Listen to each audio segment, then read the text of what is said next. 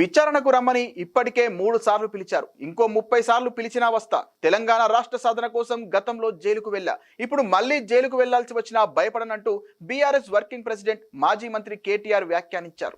Formula 1 racing లో అవినీతి జరిగిందనే ఆరోపణలపై ఏసీబీ దర్యాప్తు చేస్తున్న విషయం తెలిసిందే. ఈ కేసుకు సంబంధించి మాజీ మంత్రి కేటీఆర్ ను అధికారులు విచారణకు పిలిచారు.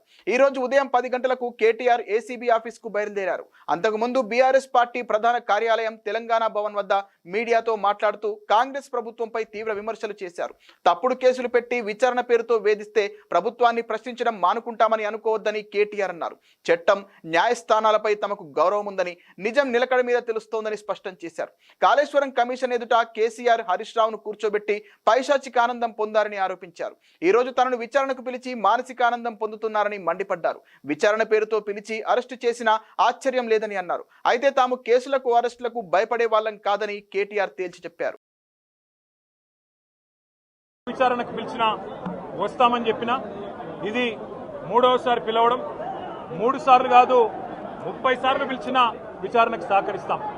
మా మీద కేసులు బనాయించి మమ్మల్ని ఇబ్బంది పెట్టి కమిషన్లు వేసి మమ్మల్ని ఏదో ఇబ్బంది పెట్టినంత మాత్రాన, వేధించినంత మాత్రాన ప్రజల తరపున ప్రశ్నించడం బంద్ చేస్తామనుకుంటే అది కాంగ్రెస్ ప్రభుత్వం యొక్క అవివేకం, అజ్ఞానం అవుతుంది తప్ప ఇంకోటి కానే కాదు. పెద్దలు కేసీఆర్ గారిని, పెద్దలు హరీష్ రావు గారిని కాళేశ్వరం కమిషన్ ముందు కూర్చోబెట్టి మీరు పైశాచికానందం పొందొచ్చు. ఇవాళ ఏసీబీ ముందుకి విచారణకు పిలిపించి కొంత మానసికంగా రాక్షసానందం పొందుతూ ఉండవచ్చు. అవసరమైతే అరెస్టు కూడా చేస్తారు కావచ్చు. కానీ ఒకటి పక్క, తెలంగాణ కోసం గతంలోనే జైలుకు పోయి వచ్చిన వాళ్ళం. హైదరాబాద్ బ్రాండ్ ఇమేజ్ను పెంచే ప్రయత్నంలో భాగంగా హైదరాబాద్ బ్రాండ్ని కాపాడే క్రమంలో తీసుకున్న ఒక నిర్ణయం వల్ల మళ్ళీ జైలుకు పోవాల్సి వచ్చినా భయపడేది లేదు. ఒకసారి కాదు 100 సార్లు అయినా జైలుకు పోతాం, కానీ వదిలిపెట్టాం కాంగ్రెస్ ప్రభుత్వాన్ని, కాంగ్రెస్ పార్టీని. మీరిచ్చిన 420 హామీలు, మీరిచ్చిన దొంగ 6 గ్యారంటీలు, మీరిచ్చిన డిక్లరేషన్లు ఇవాళ మీరు లోకల్ బాడీ ఎన్నికలకు సిద్ధమవుతా ఉన్నారని చెప్పి వార్తలు వస్తూ ఉన్నాయి. రేవంత్ రెడ్డి గారు నిన్ను మొత్తం రాష్ట్రంలోని బీసీ వర్గాల ప్రజలందరూ గమనిస్తున్నారు. 42% రిజర్వేషన్ ఇచ్చి 42% రిజర్వేషన్ ఇస్తాం అని కామారెడ్డి డిక్లరేషన్లో చెప్పి మోసం చేసి ఈరోజు స్థానిక సంస్థల ఎన్నికలకు మరి రిజర్వేషన్ ఇవ్వకుండానే పోతున్న వైనాన్ని కూడా బీసీలు గమనిస్తూ ఉన్నారు.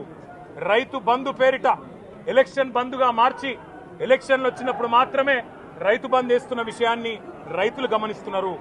నెలకు 2500 ఎగ్గొట్టిన విషయాన్ని ఈ రాష్ట్రంలోని మహిళలు గమనిస్తూ ఉన్నారు. 2 లక్షల ఉద్యోగాలని చెప్పి నువ్వు చేసిన మోసాన్ని ఈరోజు రాష్ట్రంలోని యువత గమనించింది. కాబట్టే నీ దగ్గర చెప్పుకోవడానికి సమాధానం లేదు, చెప్పుకునేందుకు ఏమీ లేదు. కాబట్టి ఏం చేయాలి, నువ్వు ఏదో ఒక డైవర్షన్ మీద, ఏదో ఒక రకంగా ఒక కమిషన్ అని, ఎంక్వైరీ అని, ఏదో జరిగిందని, ఇదిగో పులి అంటే అదిగో తోక అని, నువ్వేమో దున్నపోతు తినిందనగానే నీకు తయారుగా నీ జోడీదారు బీజేపీ రెడీగా ఉన్నాడు. నువ్వు దున్నపోతు తినిందనగానే వాడు దుడ్డని కట్టేయని వాడికి వస్తాడు. మీ ఇద్దరి దొంగ భాగోతం, మీ ఇద్దరి దొంగ నాటకాలు తెలంగాణ ప్రజలకు అర్థమైనాయి. మేము మాత్రం వాళ్ళ పెడితే గిడితే ఒక వ్యక్తినో 2 వ్యక్తులను జైల్లో పెడతాం, కానీ లక్షలాది మంది కేసీఆర్ సైనికులను టచ్ చేసే ధైర్యం నీకు లేదు.